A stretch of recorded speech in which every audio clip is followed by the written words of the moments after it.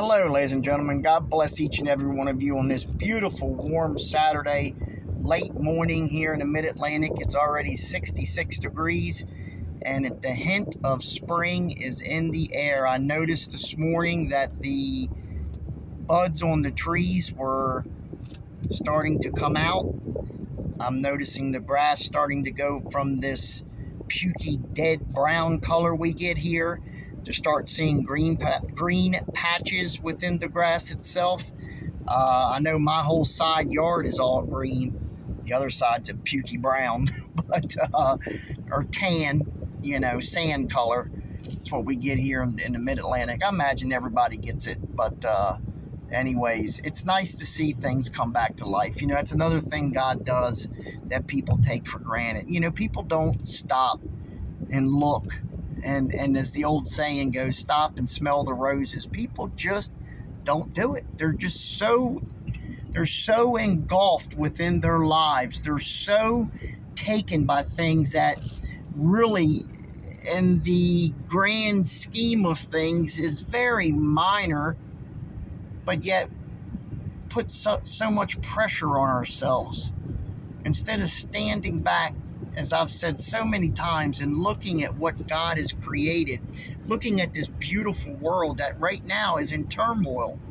Every country's got something going on that its citizens are, upset about. We know what happened in Canada. We know what's going on there. Here in the United States, I don't even need to speak about that. I've done enough on that. We got a country, two countries at war with one another, and we're not talking little tiny countries. We're talking countries that have the capability to destroy this planet several times, many, many, many times over. So, we got the strife and turmoil in the Middle East that consistently pops up. Africa, with the problems they have there with the starvation and the poverty, the absolute, poor is not even a word to use for some of those African states, nations. I mean, it's not even a word. It needs to be something beyond that, because those poor people suffer immensely. And here in the United States, we have everything. God's given this country so much. He has blessed this nation from the very moment George Washington took his troops to the battlefield to fight the English for our independence from the King of England. God blessed this nation. Why? And I've said this before, because at that time when this nation was in its infancy, when those wonderful ideas of all men are created equal, those wonderful ideas of having the ability to speak what's on your mind, we call that freedom of speech, which has been stifled today immensely. Back when this nation was in its infancy and we were fighting for survival, we were fighting to be the United States of America. God bless this nation with the ragtag army that George Washington took into battle, and other generals, mind you. Just wasn't George Washington. He was the main general, of course, in the American Revolutionary War. He's the one that's well known the most, obviously, because he became the first president of these United States of America. God bless this nation. George Washington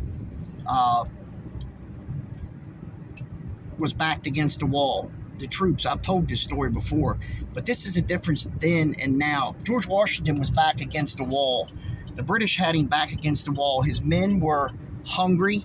They were extremely cold. It was the dead of winter. There was snow everywhere, and they were in trouble.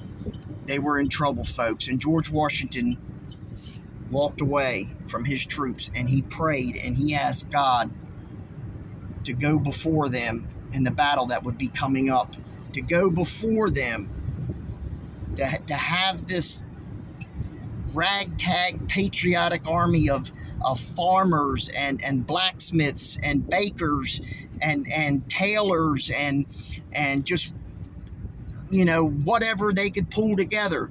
They united as one under God, and he delivered the British Army into General George Washington's hands. And we defeated an army, if you think about it, If you go back and look, we should not have beaten the British Army. We really shouldn't have. They had an immense navy at that time. They were super powerful. Matter of fact, between them and Spain, and they had an immense naval force. And they had a big army, folks. But God seemed fit to look down upon George Washington in his time of need and time of desperation. He didn't turn to other generals and asked other generals, well, what should I do? Should we flank over here to the left, or should I send some troops up the middle? What should we do? He didn't do that. He went off to decide and he asked God. He went off to the side and he prayed. It's a shame that we don't have people today in leadership roles that don't do that, because I'm telling you right now, if we had people in this country that run this country, before making a decision, they would walk off and pray and ask God what they should do about whatever the problem would be, this nation would be in such a different place that it's in. It would be in a position much more stronger and much more united than it is today. But no, we're scattered. We're scattered. We have so many different religions in this country. We got people that worship trees. I'm not kidding. We got people that worship trees. I mean, you can only go so far, with the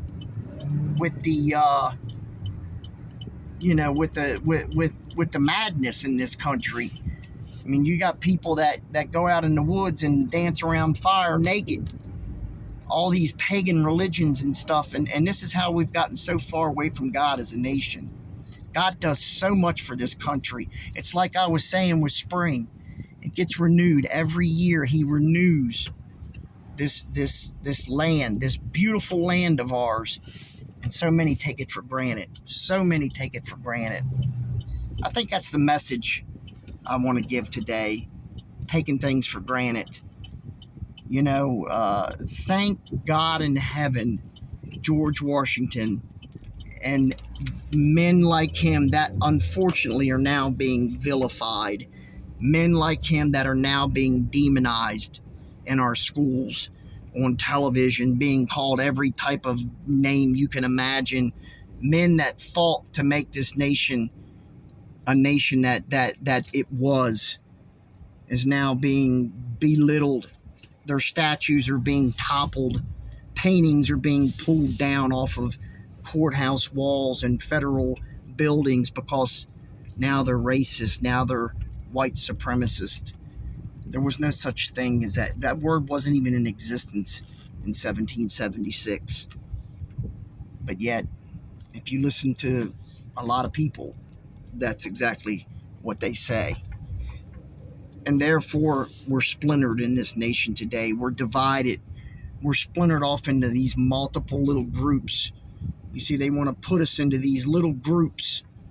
If they can put us into these little groups to combat against each other, then ultimately they can come in and take control. And that's what happens. That's what happens when you turn your back on God as a nation. This is what happens. So, while we still have the ability, thank God for what you have. Thank God for what you have. That's most important. Take care. God bless. Have a wonderful, wonderful weekend. Bye-bye.